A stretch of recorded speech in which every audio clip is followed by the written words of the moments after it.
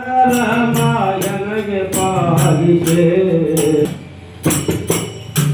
ಕಮಲನ ಸಂಭವನ ರಾಣಿ ವಾಣಿಯಲ್ಲಿ ನಿಂತು ನೀನು ಶಾರದಾಂಬಯನಿಗೆ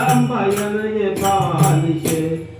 ಸರಸ್ವತಿ ದೇವಿ ಶಾರದಾಂಬಯನಿಗೆ ಪಾಲಿಸೆ